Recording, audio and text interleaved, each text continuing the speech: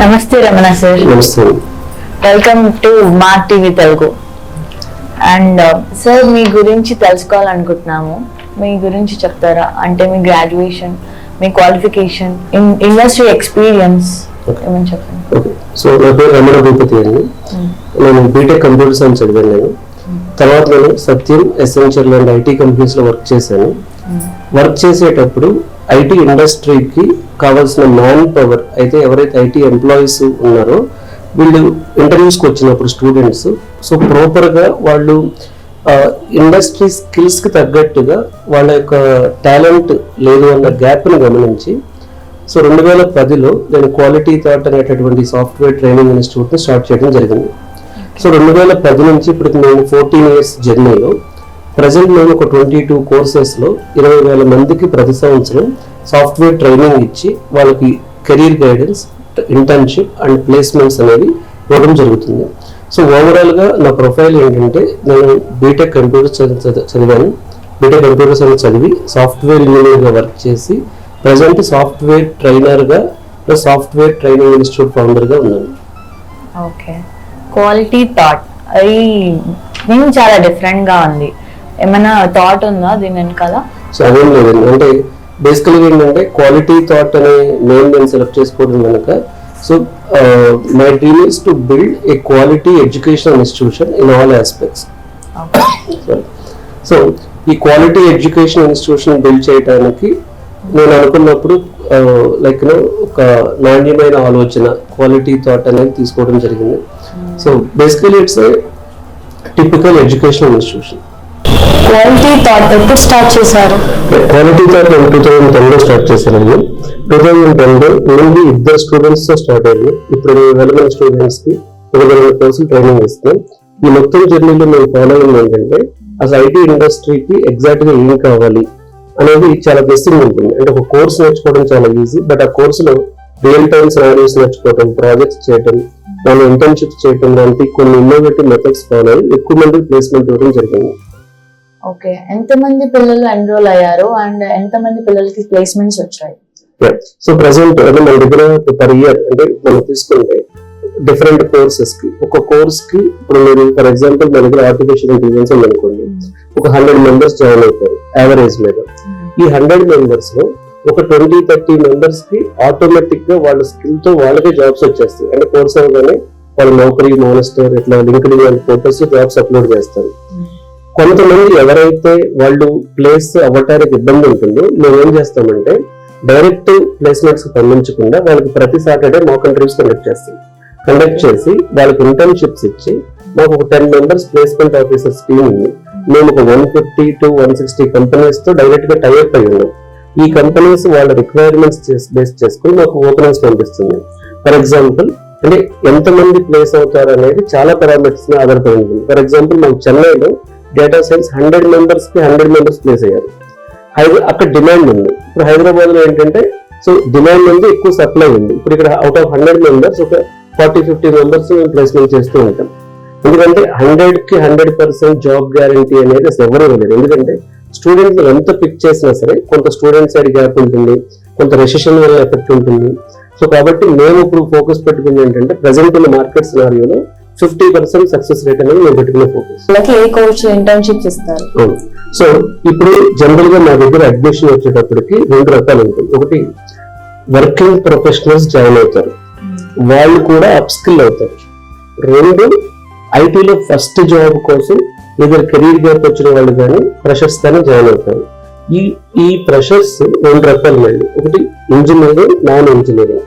ఇప్పుడు ఈ స్టార్ట్అప్స్ ఇవన్నీ రావటం వల్ల ఈవెన్ మీరు బీకామ్ చదివిన, బిఎస్సి చదివిన, బిఏ చదివిన ఐటీలో జాబ్ ఉంది. ఇప్పుడు ఐటీ ప్లేస్మెంట్స్, ఐటీ ఇంటర్న్షిప్స్ అన్ని కూడా skills driven, qualification driven Boeing పెట్టారు. సో స్కిల్స్ ఉంటే తీసుకుంటారు. ఓన్లీ ఏంటంటే ఇప్పుడు ఇండస్ట్రీకి తగ్గట్టుగా స్కిల్స్ అప్గ్రేడ్ చేసుకోవడం అనేది important.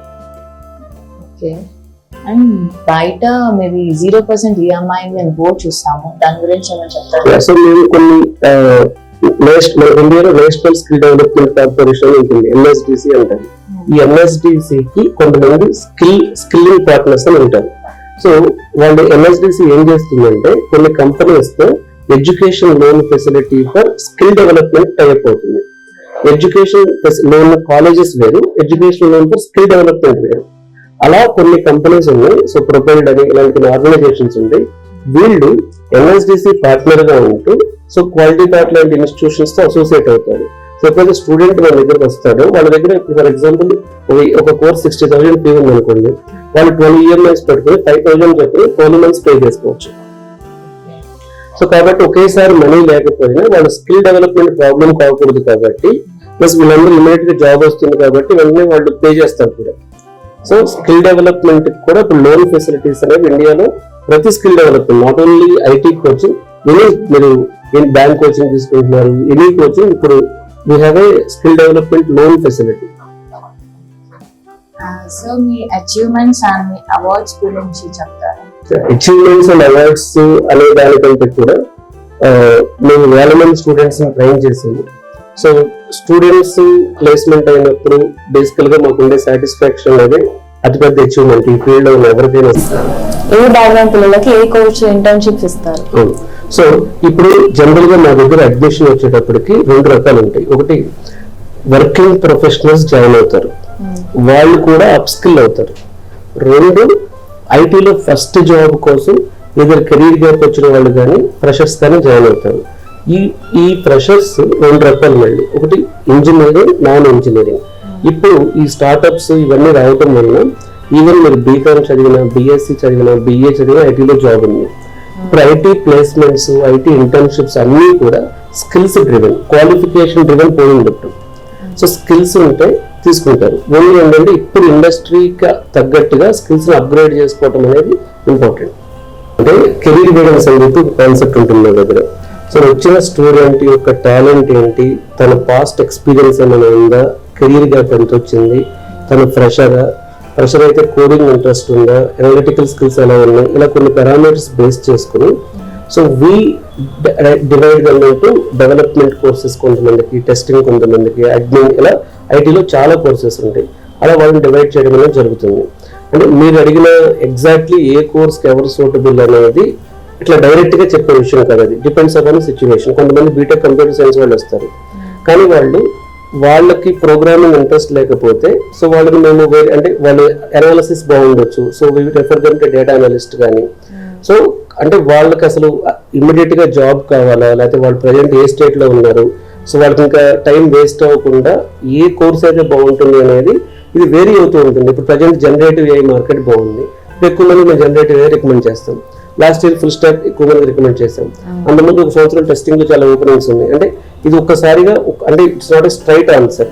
So depends upon the situation. ఇప్పుడు కూడా మీ ఈ ఇంటర్వ్యూ ముందు కూడా ఒక కానిస్టేబుల్ వాళ్ళ అబ్బాయి నాకు కాల్ చేస్తే ఏ కోర్స్ బెటర్ అని నేను చెప్పింది ఏంటంటే ఫస్ట్ నువ్వు రా, ఇక్కడికి మాట్లాడాలి, అతని ప్రొఫైల్ పూర్తిగా అర్థం చేసుకోవాలి. ఏ కోర్సు రాంగ్ సెలక్షన్ తోనే చాలా మంది జాబ్స్ రావు. So course right selection important, institute right selection important, trainer right selection important, internship important, job వచ్చేంత వరకు వాళ్ళకి ప్లేస్మెంట్ సపోర్ట్ ఇంపార్టెంట్. వీటన్నిటికి మించి వాళ్ళకి పేషెన్స్ ఉండాలి, అప్పుడు ఐటీలో జాబ్ వస్తుంది. ఇప్పుడు బీటెక్ చేసుకుంటూ కూడా స్టూడెంట్ దీంట్లో చేయొచ్చా, లేదంటే బీటెక్ తీసుకోకుండా దీంట్లో జాయిన్ అవ్వచ్చా? బీటెక్ చదువుతున్న పిల్లలు కూడా కొన్ని కోర్సెస్ ఉంటాయి. సో బీటెక్ చదువుతున్నప్పుడు కూడా వాళ్ళకి కొన్ని ప్లేస్మెంట్ తెచ్చుకోవడానికి మేము ట్రైనింగ్ ఇస్తాము. బీటెక్ అయిపోయిన వాళ్ళకి ట్రైనింగ్ ఇస్తాము. సో 2 కేటగిరీస్ ఆఫ్ ట్రైనింగ్ ఉంది. బీటెక్ అనే కాదు, any degree people are eligible. Okay, ఒకవేళ బీటెక్ చేయని పిల్లలు ఇలా మేము సైడ్ కోర్స్ నుంచి జాయిన్ అయిపోతాము అని అనుకున్న బీటెక్ అని కాదండి, ఐటీ జాబ్ కి minimum qualification degree. Okay, any degree లేకుండా ఇంటర్మీడియట్ క్వాలిఫికేషన్ తో ఐటీ జాబ్ రావడం ఏంటంటే నా తరపుగా యాజ్ ఎ ట్రైనర్ నేను ఇక్కడ. So I'm the founder of quality gourd and trainer. So ఎంతో మందికి స్టూడెంట్స్ కి మనం ఐటీ కంపెనీస్ లో ప్లేస్మెంట్ ఇవ్వగలగటం అనేది one of the best achievement. Thank you so much. Thanks.